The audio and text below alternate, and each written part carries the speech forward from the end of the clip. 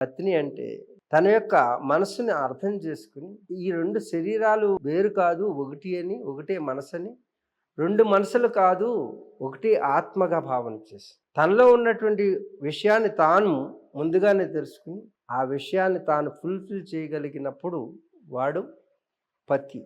ఏ గతి కూడా తనకి దుర్గతి కాకుండా, ప్రతి దుర్గతిని సుగతిగా మార్చేటటువంటి వాడే పతి. ఇక మిగిలింది సహధర్మచరుడు.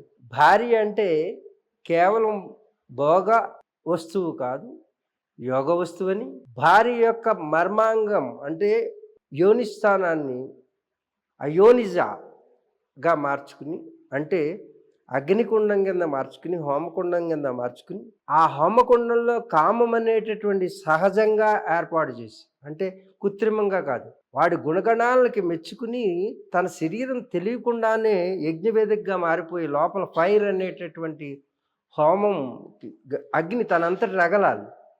ఆ కామం అనేటువంటి అగ్నిని సహజంగా రగిలించి, అంటే మనకి అగ్గిపుల్లగిస్తారు, అగ్గిపుల్లగేస్తే మంట అంటారు, కానీ మంట బూడిద చేస్తుంది, కానీ అగ్ని ఫలితాన్ని ఇస్తుంది. హోమంలో అగ్నిని ప్రజ్వలింపచేయాలి, అలాగే మంట పెట్టకూడదు, అగ్గిపుల్ల గీయకూడదు. హోమం చేసేటప్పుడు అగ్గిపుల్లతోటి వెలిగిస్తే అది మంట దహనం చేస్తుంది, కానీ అగ్ని వరాలు ఇస్తుంది, ఎన్నో ఫలితాలను ఇస్తుంది.